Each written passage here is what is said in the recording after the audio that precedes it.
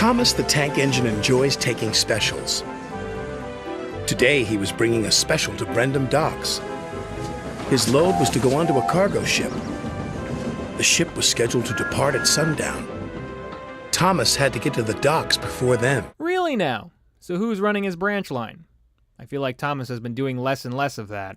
But I must say, it's been a while since we've even focused on our numero uno engineerino. But be as it may, with Thomas working as hard as he was, he ended up working a little too well and broke his coupling rods. Nice. "Oh dear," Thomas said, "I'll be late." His driver saw an old shed near the track. "If there's a telephone in there, I could call for help," he said. "Hurry," said Thomas, "and be careful. It looks spooky." Then a voice boomed from inside the shed. "Do you mind?" That certainly was no ghost. That was Baldwin making another female voice, and why would Thomas be concerned about a haunted shed during the day? Considering he was so cool about spooking the crap out of Toby with the old warrior garbage from the last season. Anyway, Thomas's crew discovered somebody that could help with their predicament. "She could get us to the fitter's yard," his driver said, "if her boiler holds."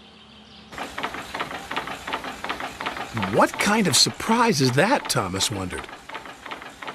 "Thomas, meet Elizabeth," said his driver. At last, the doors opened, and out chuffed a dirty, grimy steam truck.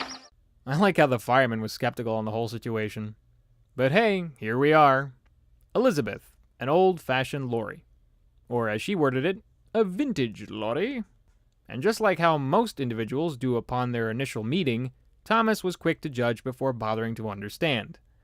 For example, like appreciating the fact that Elizabeth was still willing to help, or taking the time to enjoy her own musical theme.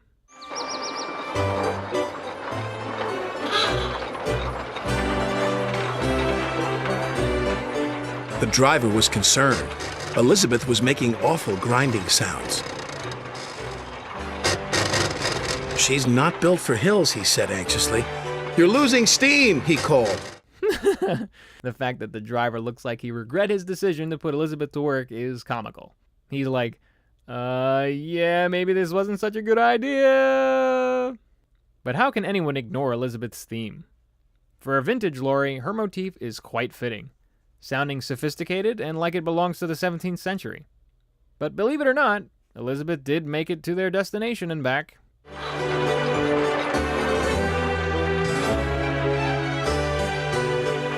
When Elizabeth returned with Thomas's coupling rods, she was pleased with herself. "And next time, don't be so careless," she scolded.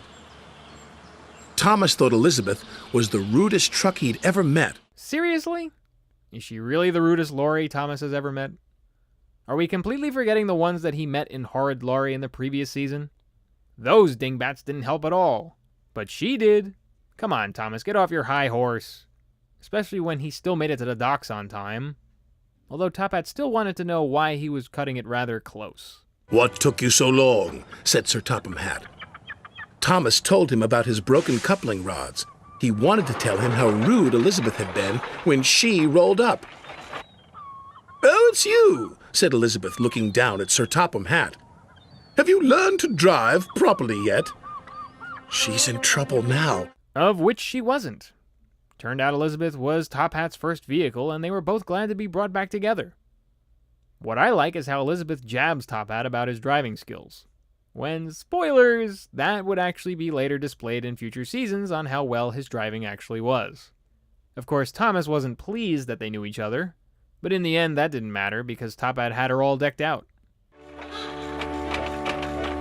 And soon Elizabeth had a rich, dark color and gleaming coachworks. "You're the grandest truck in the whole railway," Sir Topham Hatt said proudly. "I know," said Elizabeth even more proudly. And Thomas had to agree. She did look grand. Yes, she does. But you know what's even grander? The fact that Trevor's in the background. Holy crap! Although he supposedly appeared in Season 5, the last time I clearly remember him being even displayed was in Season 4's special attraction. But back to our focus. I enjoy the fact that we, the audience, have been given another character, but not in terms of the railway.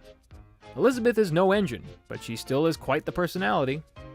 With her Victorian-like voice that Baldwin gives her, She does sound like a snooty upper-class individual. However, that completely goes down the drain when the driver learns just how much work she actually needs. Yet what does make her stand out was that she did help out Thomas, as grouchy as she was initially. If she had been missing for that long, though, I could see why she would be. My question is, how did Top Hat even lose her to begin with? What, did he just park her in that shed and completely forget her when he finally took over the island of Sodor? Seems kinda careless. Anywho, the only continuity issues this time was how Thomas felt unnerved by the shed when he clearly had no issues before. Unless he was having war flashbacks from the Ghost Train episode of Season 2 or something. That and the other being how Thomas forgot all about the Lorrys from the last season being the rudest. I guess the Blue Tanker's got some memory loss or something from that Magic Railroad incident.